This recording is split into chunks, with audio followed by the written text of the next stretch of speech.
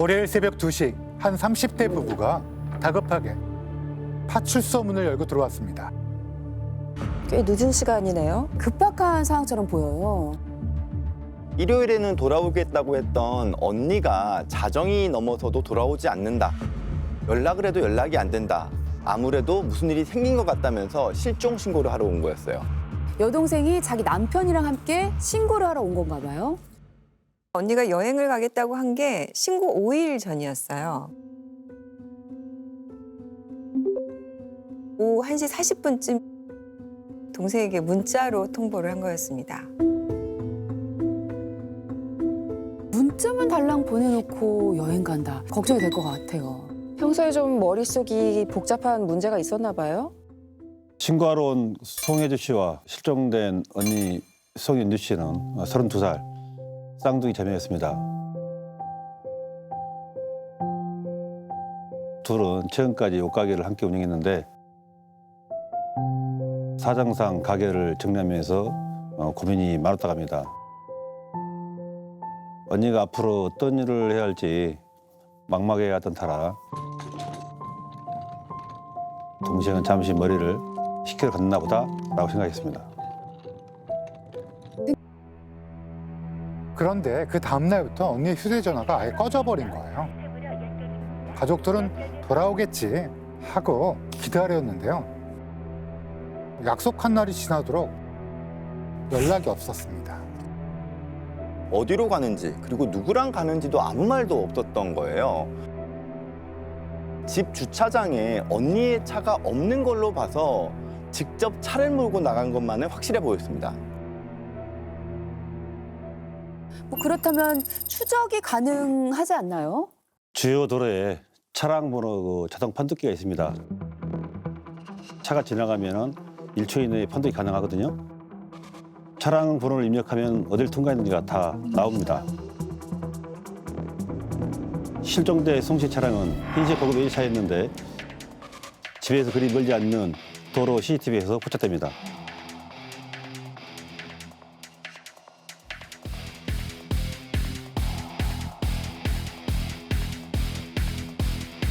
그런데 CCTV 영상을 보다 보니까 이상한 점이 있었습니다.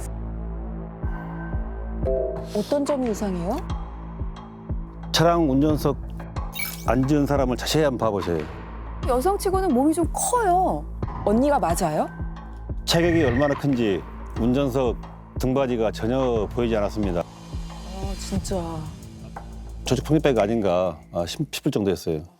언니가 성인이고 그러니까 이제 남자친구랑 여행을 갔을 수도 있잖아요. 실제로 언니에게는 4개월 정도 만난 애인이 있었어요. 33 김진수 씨였는데요. 가족들 말로는 사이가 아주 좋았다고 합니다. 수사팀은 언니의 애인 김 씨에게 연락을 취했습니다. 그런데 경찰이라고 밝히자 깜짝 놀라는 거예요. 구린 구석이 있나요?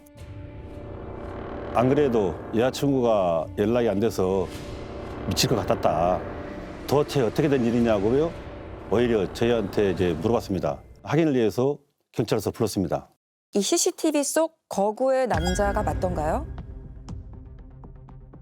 들어온 순간 저희 형사들은 서로 얼굴을 쳐다봤습니다. 체격이 전혀 달랐거든요. 평범한 보통 체격의 남자였습니다. 이상하다. 혹시 운전할 때 변장을 한 건가요? 2명의 남자친구. 애인 김 씨는 가족들보다 하루 늦게 여행 사실을 알았다고 해요. 26일 오전까지는 평소처럼 문자를 이렇게 주고받았는데 정오쯤부터 답이 없었다는 겁니다.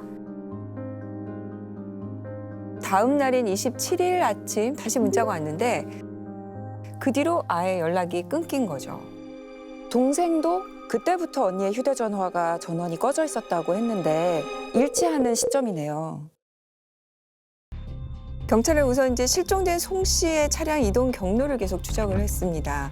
그런데 27일 저녁 7시쯤 집에서 15km 정도 떨어진 번화가의 한 주차장에서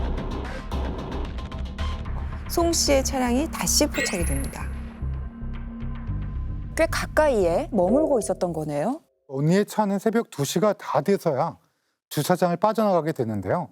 그런데 운전자가 또 바뀌어 있었습니다. 정말요? 거구의 남자였잖아요. 이번에 누구였나요?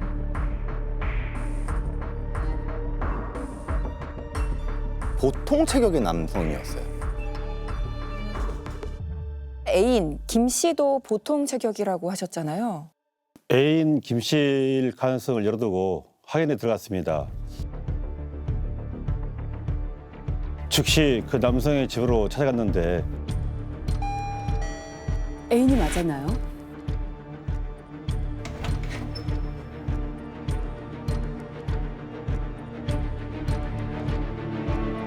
전혀 상관이 없는 또 다른 남성이었습니다.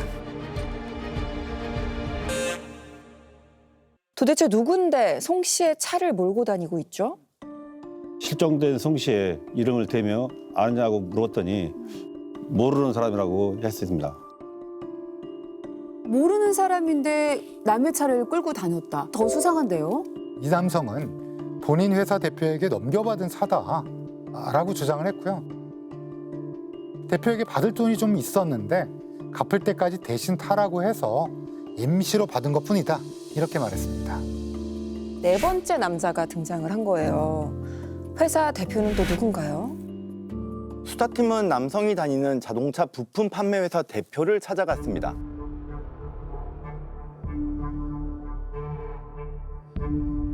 실종된 송 씨와의 관계를 물었는데 이 대표 역시 나는 전혀 모르는 사람이다 라고 얘기를 하는 거예요. 주인도 모르는 차를 부하 직원한테 타라고 했다. 이게 가능성이 있는 얘기인가요? 본인도 아는 지인에게 받을 돈이 있었는데 그 지인이 돈을 못 구하니까 대신 차를 가져가라고 해서 넘겨받았다는 거예요. 대표한테 차를 타라고 넘긴 지인은 또 누군가요? 그 질문에 대표가 종이 한 장을 건넸습니다. 채무자는 채권자에게 금 1,200만 원을 차용하고 이를 담보로 XX 차량, 차주, 채무자의 처형을 제공합니다. 차를 담보로 돈을 빌리는 이는 실종된 송 씨의 제부 정 씨였습니다. 자기 처형차를 담보로 돈을 빌렸다가 제때 갚지 못해 차를 넘긴 거였습니다. 수사팀은 참고인 조사를 하기 위해서 제부 정 씨를 경찰서로 호출을 했습니다. 그런데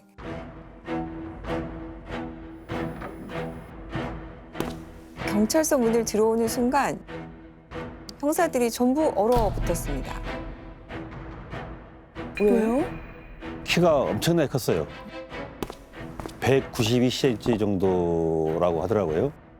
실종된 송 씨의 차량을 운전하던 CCTV 속 남성의 실루엣과는 비슷했습니다. 처형이 여행을 간다고 해놓고 동생의 남편 제부랑 같이 갔다는 거예요? 처형이랑 여행을 같이 갔느냐 물어봤습니다. 차키도 없는데 무슨 수로 차를 뭐냐고 어이없이 하더라고요. 형사님이 이미 CCTV를 보셨잖아요. 정 씨가 그걸 몰랐네요. 실종된 처형의 차를 당신한테 넘겨받은 사람을 만났다. 차 담보로 송금받은 내역까지 모두 확인했다고 말하니까 우물쭈물하더라고요. 그래서 CCTV 찍힌 사진을 보여주면서 이것도 당신 맞잖아. 그랬더니 갑자기 말을 바꿨습니다. 뭐라고 하던가요? 사실은 제가 회사를 그만뒀는데 집에서는 아무도 모릅니다. 근데 아내가 생활비를 자꾸 달라고 해서 처형 몰래 차를 담보로 잡고 돈을 좀 빌렸었습니다. 처형과 상의된 게 아니네요. 정 씨는 어떻게 해서든지 빨리 돈을 갚으려고 했대요. 그런데 돈은 나올 곳이 없고 채권자는 계속 닥달을 하고 있는 거죠. 그러던 중 처형이 여행을 갔다길래 에라 모르겠다 그냥 차를 넘겼다고 이야기했습니다. 경찰서로 올 때 본인 차를 타고 왔더라고요. 혹시 실종된 송 씨 흔적이 나올 수 있으니 동의를 구하고 차량 감식을 진행했습니다. 차량 감식 결과 뭐가 나왔나요? 결과가 나오기까지 하는데 2, 3일 걸리거든요. 근데 지금 송 씨의 생사조차 모르는 상황에서 한시가 급하잖아요. 형사님은 결단을 내리게 됩니다. 압류. 영화나 드라마에서 자백을 끌어내기에 형사 여러 명이 용의자를 달랬다가 혼냈다가를 반복하는 걸 보셨을 겁니다. 네, 맞아요. 한 명은 막 화를 내면 또 한 명은 달래주고. 그걸 국가 배드캅 전략이라고 합니다. 한 명은 온화한 태도로 용의자가 신뢰를 쌓고 또 한 명은 공격적이고 위협적인 태도로 심리적인 압박을 가하는 겁니다. 그래서 어떻게 하셨나요? 처음엔 좀 어리고 좀 부드러운 막내 형사를 들여보냈습니다. 용의자의 긴장이 풀어질 때쯤 험악한 인상의 형사를 또 투입했죠. 근데 형사님들도 진짜 극한 직업이실 것 같아요. 연기를 엄청나게 잘하셔야 될 것 같은데. 용의자의 반응은 어땠나요? 태연하게 앉아 있었지만 흔들리는 눈빛을 숨길 수가 없었습니다. 진술실은 약간 폐쇄된 공간이기 때문에 심리적 압박감을 느낄 수밖에 없어요. 새벽 4시쯤이었는데 제가 따뜻한 커피 한 잔을 들고 용의자와 마주 앉았습니다. 일종의 맞짱뜨기 대결을 들어가신 거네요.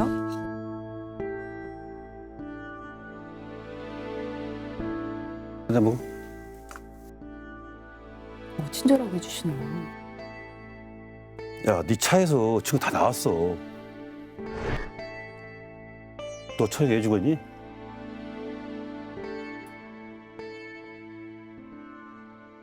너 왜 처형을 주겠니?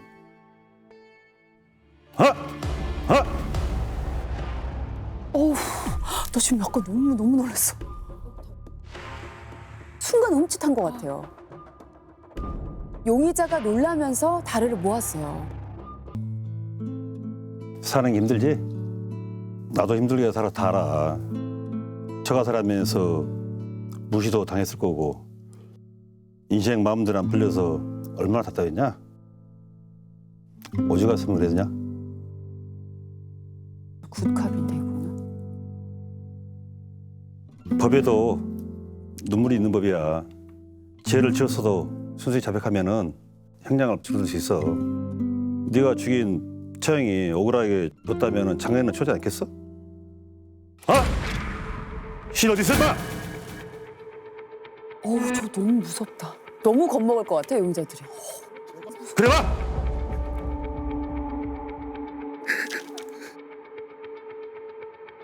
지금 용의자가 엄청 무서운.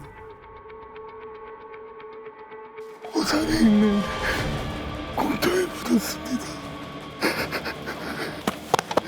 잘했어. 고마워, 잘했어. 야, 대박. 결국은 눈물을 흘리면서 자백을 하게 되네요. 차량 감식 결과가 지금 아직 안 나온 상태에서 형사님이 승부수를 던진 거잖아요. 자백을 받아내긴 했지만 아직 스모킹 건은 없는 상황인데 정 씨의 차량에서 33점이 검출되었는데요. DNA 검사 결과 실종된 송 씨의 혈흔인 것으로 밝혀졌습니다. 결국엔 제부가 처형을 죽였군요. 대체 누구길래 이런 짓을 한 거죠?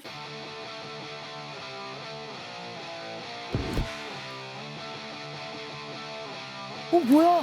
범인이라는 건가요? 엄청 잘한 선수 아니에요?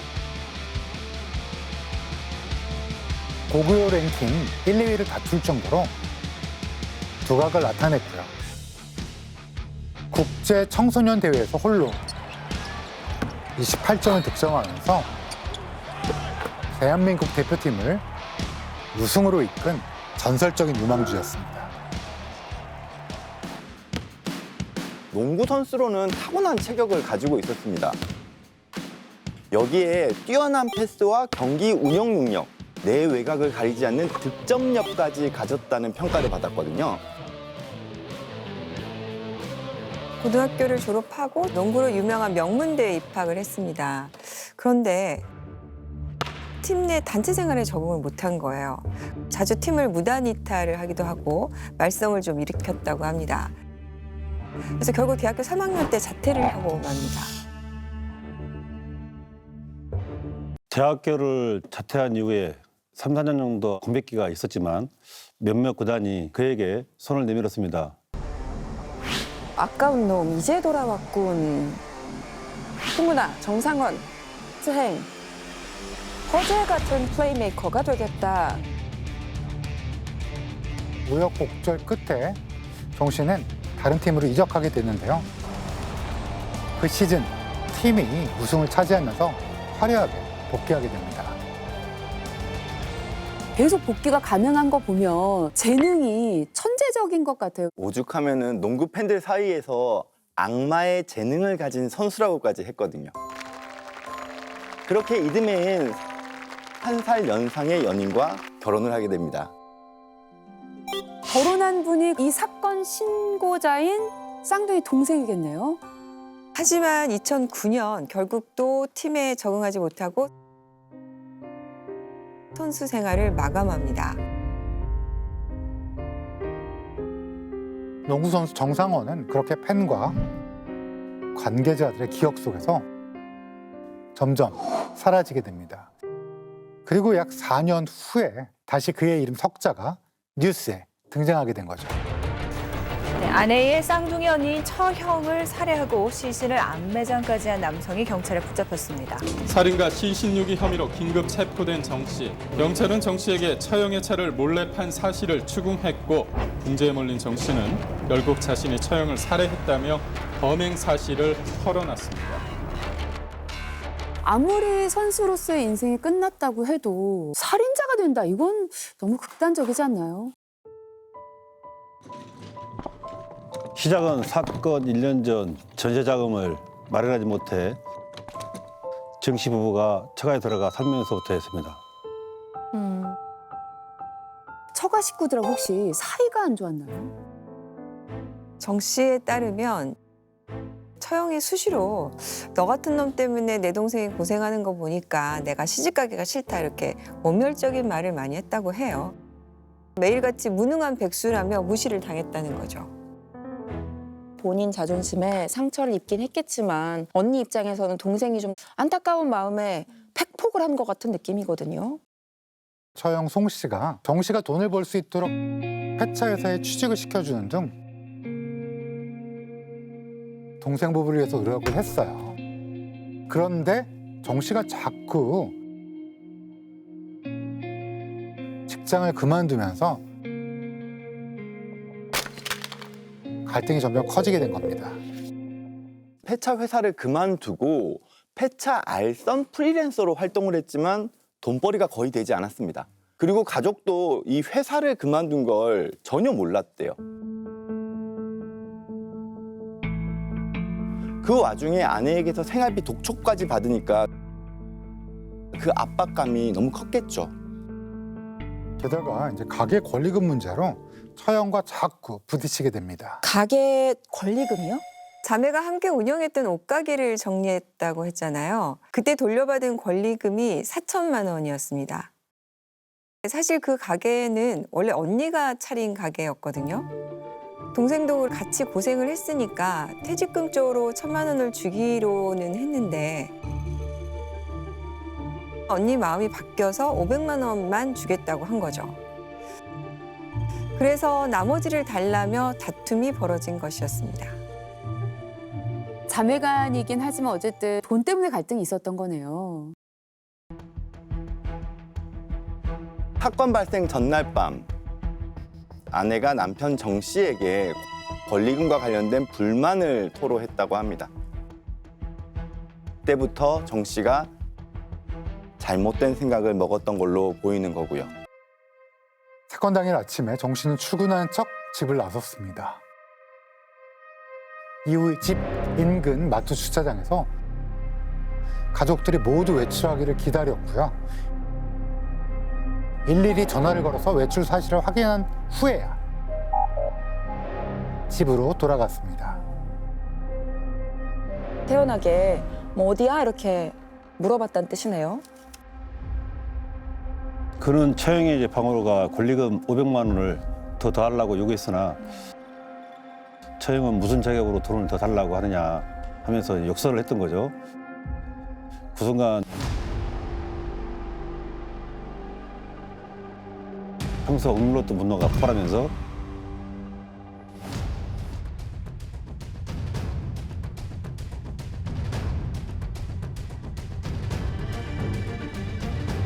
처형을 목절라 살해했다고 합니다. 시신은 어떻게 한 거예요? 대형 스포츠 가방에 넣어서 자신의 차량 트렁크에 옮겼다고 합니다. 자기가 운동할 때 쓰던 가방을 어떻게 그렇게 사용을 할 수가 있을까요? 정 씨는 범행 이틀 뒤에 철물점에서 삽을 삽니다. 30km가량 떨어진 곳에 한 공터로 가서 거기에 시신을 안매장했습니다. 와, 이 사람 진짜 거리낌이 하나도 없나 봐요. 혼자서 그것도 다 그냥 들쳐업고 묻고 한 거네요. 같이 살았던 사람을 안매장한 거야? 미치겠다. 화려한 스포트라이트를 받던 농구 천재가 은퇴 후 4년 만에 처형을 살해한 범죄자가 됐습니다. 그야말로 비극적인 몰락이죠. 정 씨는 재능에 있어서는 천재였지만 성실성 측면에서는 엉망인 선수였습니다. 합숙 훈련 중에는 팀을 이탈하기도 했고 부상을 핑계로 3주간 연락을 끊고 잠적을 한 적도 있었습니다. 나가서 뭘 한 거죠?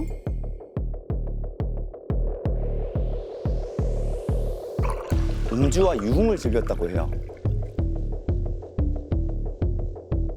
아, 최악이다. 은퇴 직전에는 몸무게가 100kg을 넘을 정도였다고도 하죠. 코트를 어떻게 뛰어다녀요? 자기 관리 안 하고 이렇게 왜 이러는 거예요? 당시엔 그저 게으름이나 불성실, 의지박약으로 치부됐습니다. 그런데 성인 ADHD의 증상일 가능성이 있습니다. ADHD 하면 아이들한테 대부분 많이 있잖아요. ADHD를 가진 아이들 대부분은 성인이 되는 과정에서 전전두엽이 발달하면서 자연스럽게 좋아집니다. 그런데 ADHD 아동 일부는 성인이 돼도 전전두엽의 발달이 충분히 이루어지지 않아서 ADHD 문제가 계속 남아있는 경우가 있습니다. 어떻게 농구 천재 소리를 들으면서 활약을 할 수 있었던 거죠? 이 점이 바로 ADHD의 역설입니다.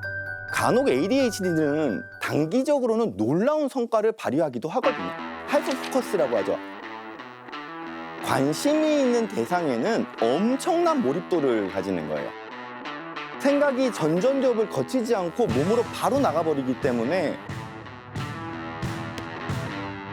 찰나의 판단이 중요한 농구에서는 이게 오히려 강점이 될 수도 있는 거죠.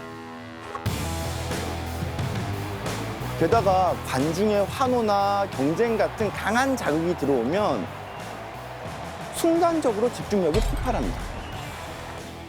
문제는 지속성이죠. 끈기나 인내심처럼 장기적인 훈련을 버텨낼 수 있는 힘이 없으니까 반짝하던 천재성도 금세 바닥이 나고 실패와 좌절만 남게 된 겁니다.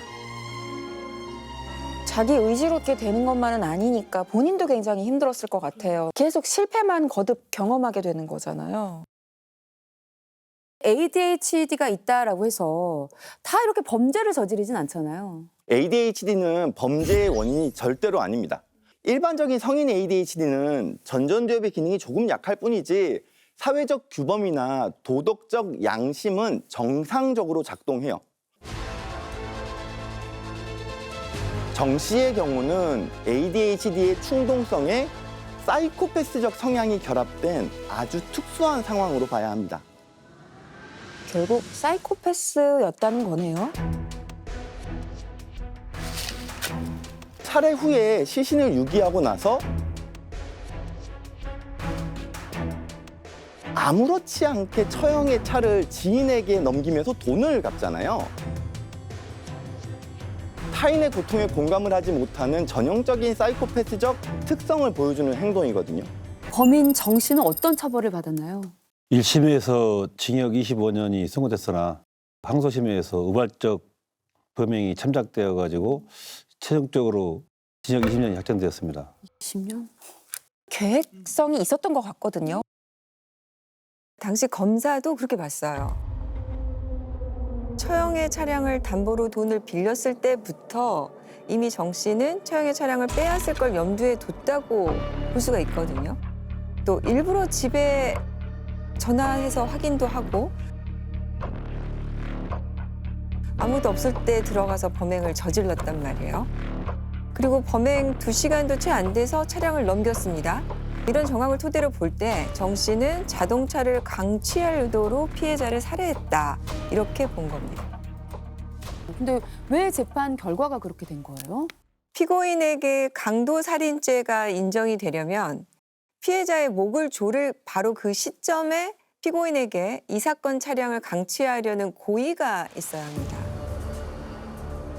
그런데 정 씨 같은 경우에는 피해자의 폭언을 듣자 격분해서 살해했다 이렇게 주장을 했어요.